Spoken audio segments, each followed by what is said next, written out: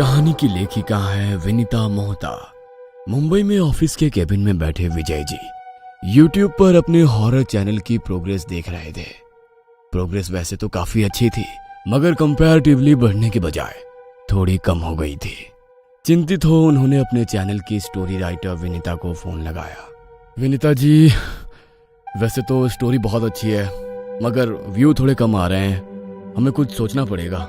आपकी बात तो सही है, मैं अपनी तरफ से और इम्प्रूव करने की कोशिश करती हूँ। आप बाकी लोगों से बात कर देखो, उन लोगों का क्या सजेशन है। मैंने बात की थी, सब लोग बोल रहे हैं नरेशन से ज्यादा डायलॉग बेस्ड स्टोरी होनी चाहिए, और यूट्यूब पर आजकल रियल स्टोरी ज्यादा ट्रेंड कर रही है। क्यों ना हम लोग हॉरर के लिए रियल स्टोरी की तरफ जाएं? Real story? हाँ, रियल स्टोरी, जैसे भानगढ़, कुलधारा या फिर पुणे का शनिवार वाड़ा।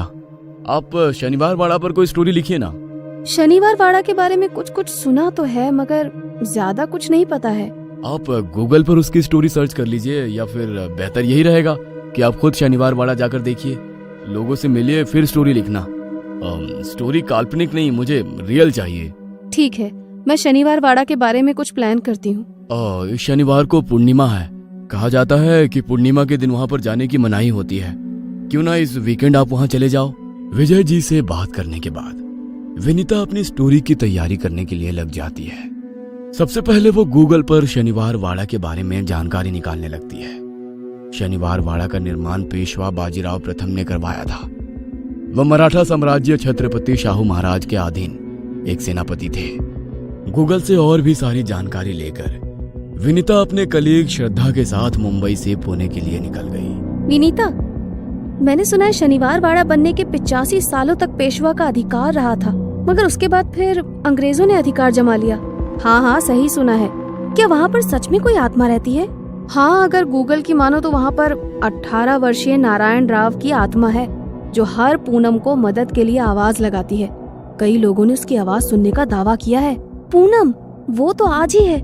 इसका मतलब यदि लोगों की कही हुई बात सच होगी, तो सच में हमारा सामना नारायण राव की आत्मा से होगा।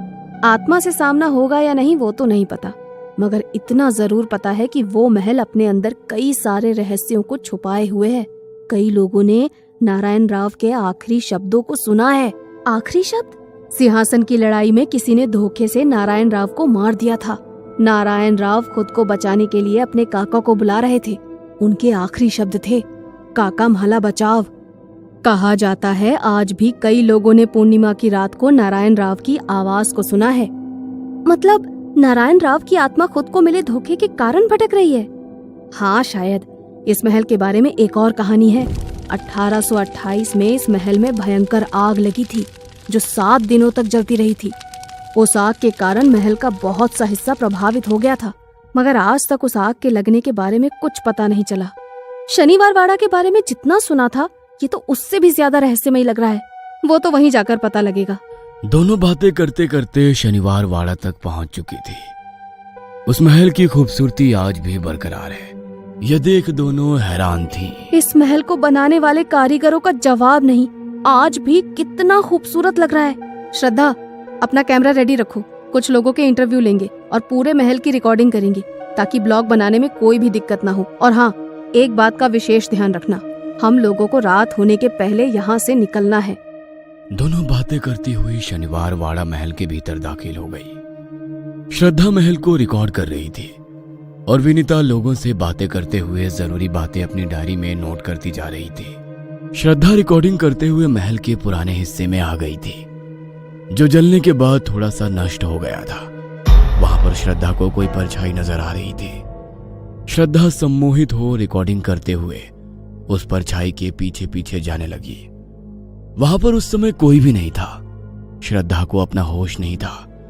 तभी उसे अपने कंधे पर किसी के हाथ के होने का एहसास हुआ, जो बहुत गर्म था।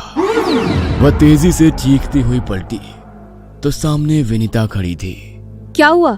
यहाँ अकेले क्या कर रही हो? वो वहाँ पर देखो। वहाँ पर क्या? वहाँ पर अभी कोई था। श्रद्धा, वो कोई टूरिस्ट होगा, मगर तुम यहाँ अकेले मत घूमो।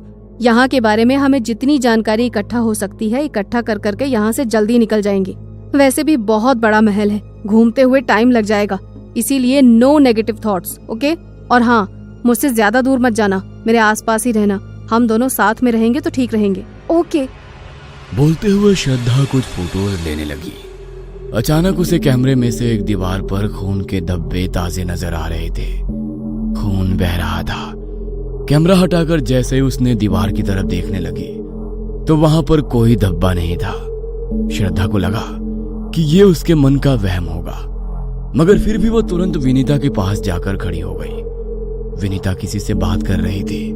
तभी श्रद्धा को विनीता के पीछे एक मराठा सैनिक नजर आने लगा। वो अपनी लाल आंखों से श्रद्धा की तरफ ही घूर रहा था। श्रद्धा डर के मारे पीछे की तरफ हटने लगी और वो पीछे हटते हुए एक दीवार से जाकर टकरा गई। दीवार एक गुप्त कमरे का दरवाजा था। श्रद्धा उस दीवार से कमरे के भीतर दाखिल हो गई। कमरे में चारों ओर अंधेरा था। उसे बाहर निकलने का कोई रास्ता नजर नहीं आ रहा था। वह वहीं से विनीता को आवाज देने लगी।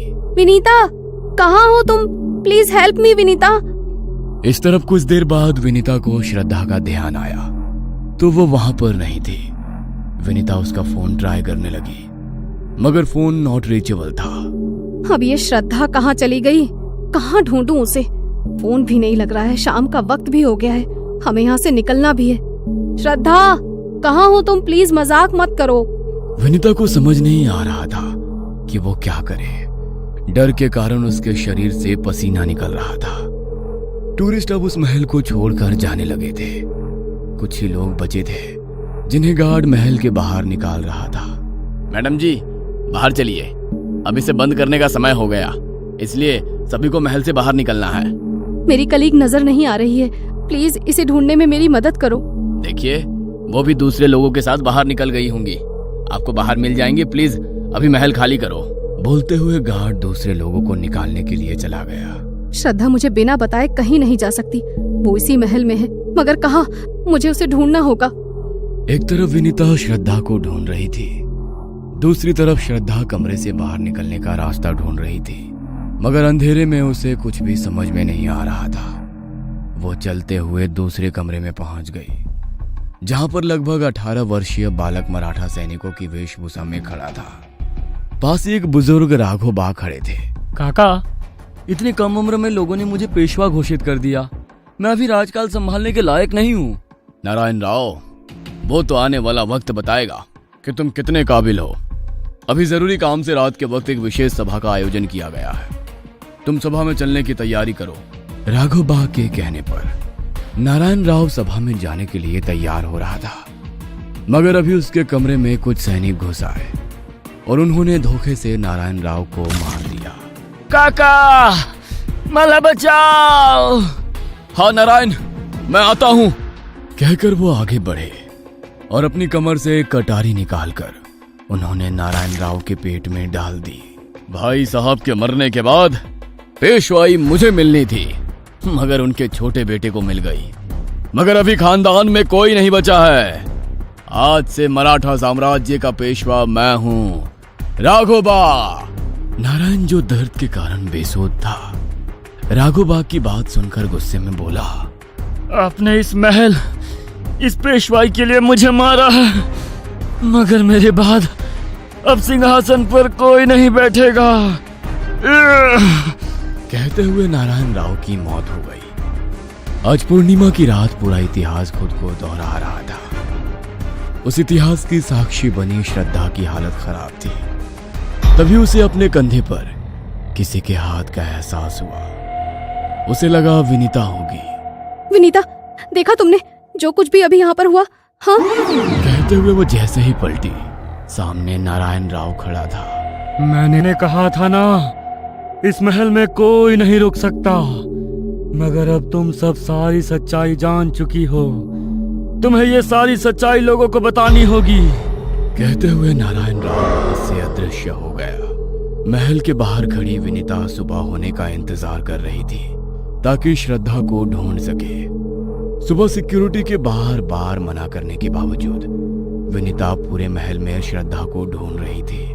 महल के आखिरी कोने में उसे श्रद्धा बेहोश मिली। थैंक गॉड श्रद्धा, तुम सही सलामत हो। मैं डर गई थी। कहते हुए वो श्रद्धा को होश में लाने की कोशिश करने लगी। होश में आने के बाद श्रद्धा के चेहरे पर डर साफ नजर आ रहा था। श्रद्धा, तुम अचानक से कहाँ चली गई थी? मैं सारी रात शनिवार वाड़ा के बाहर खड़े होकर तुम्हारा इंतजार कर रही थी। श्रद्धा ने विनीता को कल रात का अपना पूरा एक्सपीरियंस सुनाया। ये सुनकर विनीता की आंखें फटी की फटी रह गई। श्रद्धा के अनुभव पर विनीता ने पूरी कहानी लिखी और विजय जी ने उस पर एनिमेटेड स्टोरी बनाई, तो उस स्टोरी ने YouTube पर धमाल कर दिया। स्टोरी सुपर हिट थी। दर्शकों से निवेदन है, आगे वो कौन से टॉपिक पर स्टोरी देखना चाहते हैं कमेंट में जरूर बताएं। हम उनके लिए अपने अनुभव की सच्ची कहानी उनके लिए लेकर आएंगे। ये कहानी आपको अच्छी लगी हो तो हमें सब्सक्राइब करें, हमारा इंस्टाग्राम और फेसबुक पेज जरूर फॉलो करें। और हाँ दोस्तों, सब्सक्राइब करना भूलना मत।